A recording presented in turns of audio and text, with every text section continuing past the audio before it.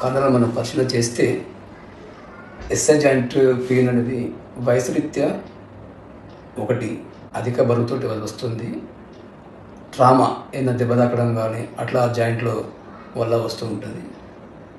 Pregnancy కూడా అతి ముఖ్య కారణము. ఈ ప్రెగ్నెన్సీలో ఈ పెల్విక్ మజిల్స్ లిగమెంట్స్ అన్నీ లూజ్ కావడం వల్ల ఈ పెయిన్ అనేది ఎక్కువ వచ్చే అవకాశం ఉంటుంది.